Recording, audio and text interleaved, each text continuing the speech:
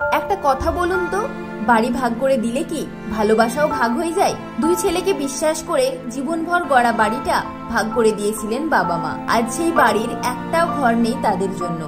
আছে ছেলে শ্বশুর বাড়ির লোক, আর সেই বাবা মা একটা ভাড়া বাড়িতেই ঠাঁই হয়েছে তাদের। ভরসা শুধু এখন বার্ধক্য ভাতার 2000 টাকা আর দম ফেলার মতো একটা ঘর। এই তাদের জীবন। 73 বছরের বৃদ্ধ বাবার বুকে পেসমেকার, 62 বছরের মায়ের চোখে জল আর কাঁধে শত শত অভিমান। জীবনের শেষ বেলায় যেখান থেকে হাত ধরে থাকার কথা সন্তানের, সেখানে আজ তারা একা, অচেনা দেওয়ালের আড়ালে। ছোট ছেলে একদিন বলেছিল, ত্রিবেণীতে বাড়ি কিনে দাও, তোমাদের সেখানেই রাখবো। বাবা মা বিশ্বাস করে তাদের জমানো পুঁজি সব দিয়ে দিলেন, আর সেই বাড়িও বিক্রি করে দিয়ে ছেলে তাদের ঠেলে দিল এই ভাড়া বাড়িতে। বার্ধক্য ভাতার মাত্র 2000 টাকার 1500ই যায় বাড়ি ভাড়ায়, বাকি 500তে হয় না ওষুধ, চলে না খাওয়া খরচ। আর সেই বৃদ্ধ মা বলছেন, আমরা যেন এখানেই মরে যাই, অন্তত এই পাড়ার মানুষ আমাদের শ্মশানে নিয়ে যাবে, আমাদের তো আর কেউ নেই।